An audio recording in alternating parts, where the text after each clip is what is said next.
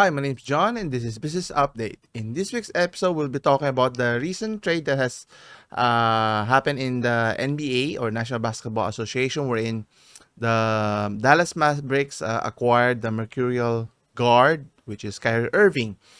And I wanted to focus on Kyrie Irving's situation, which has been ongoing for quite some time, and find it interesting that for all the things that he's been doing on and off the court, which has affected his value, his perception of his capability, can he be relied upon, and so forth.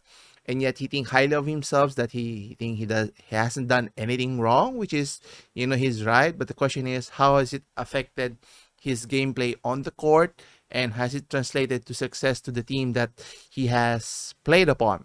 And it all started when they won their the first championship at Cleveland Cavaliers, where he was the running teammate for LeBron James. And after winning, he saw it that he could do better by going on his own when he was traded to what do you call this, to the Boston Celtics, which he was saying that he will be a lifelong player for the Boston Celtics. Well, that surely changed quickly when things soured, where he wasn't able to produce the success that was expected of a champion. And then he was traded to the Brooklyn Nets, wherein things were looking good when he and Kevin Durant partnered to play for the Brooklyn Nets, as mentioned. And then and they had the chance to have a monster threesome with James Harden to form an elite team. But for some unforeseen reasons, things unraveled quickly, and he was traded. James Harden was traded in exchange for Ben Simmons, and then COVID happened, and he didn't want to get vaccinated. The list just goes on and on. And one of the interesting things is he thought that he has no role or responsibility in everything that has happened up to this point. And obviously he's always looking out for himself, which is his prerogative. But the question is how it has impacted the value that he provides for any team that's trying to get his service. Now, in the case of the Dallas Mavericks, it's more on desperation rather than seeing he is the best player available that should be sought after here. And on the flip side, if you look at the Dallas Mavericks side, obviously, if you have a transcendent player like Luka Doncic, it's very interesting that you need to pair him with another all-star caliber or superstar level, while he's still at his going to his prime and beyond. So you can capitalize on success. Hopefully, even championships would follow here. So obviously, I understand that the Dallas is willing to take on the risk, despite shelving out draft picks and players to get a rental of sorts.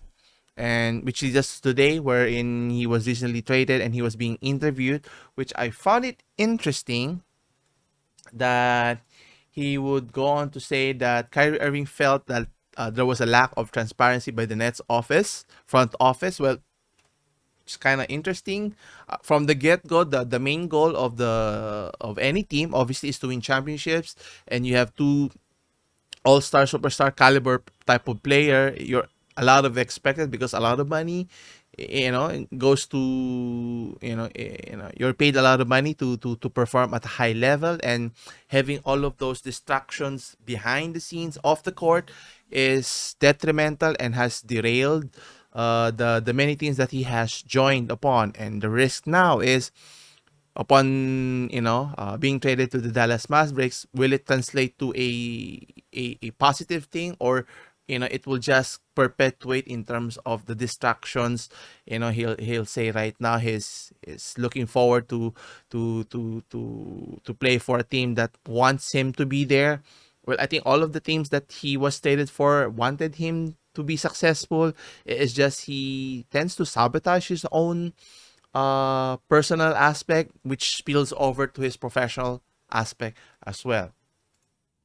And he goes on to mention here, I just know I want to be places where I'm celebrated, which gets attention, and not just tolerated or just kind of dealt in a way that doesn't make me feel respected. Well, if you're a top caliber type of player, you will be sought after and be respected if you're able to deliver on the court, and that's all that matters. But with everything that he has showcased, obviously people have turned sour in a sense. Even I personally, I'm a big fan of Kyrie Irving. I mean, I like his style. He's a good scorer. Doesn't play any defense at all. But at the end of the day, it's what you do on the court that matters most. And so far, it's a mix of bag, and obviously the Nets wanted to get rid of the issues and face on, the wrath or whatever Kevin Durant is going to do later, where he wants to get traded during before the All-Star break, or even at the end of the season, or continue and in search of a new partner in hopes of winning his first ever championship on his own without any help from any other team, whether it be Oklahoma or in this case his most recent team, the Golden State Warriors.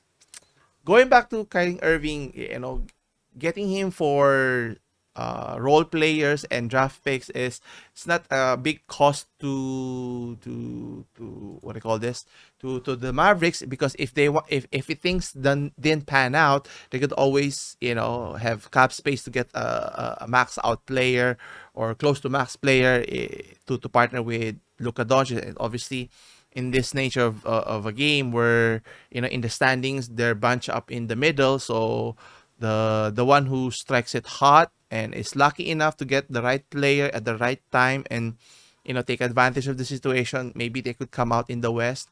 But I'm still betting the Denver Nuggets will come out in the West if health wise they stay the way they are, with the MVP level of play of Mr. Jokic and supporting players like Jamal Murray and even Aaron Gordon, is more than enough to win them a championship here. So question here is, did both sides win in this trade? Sure, in a sense, it's a fresh start for Kyrie again for the end time, and Nets can move on with this issue and focus, as mentioned, with Kevin Durant's impending decision whether to proceed or ask for another trade by the end of the season here. So we'll wait. We'll have to wait and see how things pan out here. Question is, what do you think in terms of the things that's been happening with regards to Kyrie's situation? Is he blameless, or is there some unlucky factor that's always following him regardless what team he follows or goes to? Anyway, leave your comments down below. As always, if you enjoyed watching this type of content, don't forget to hit the like and subscribe button to help continue supporting this channel. As always, I'll see you in the next one. Take care.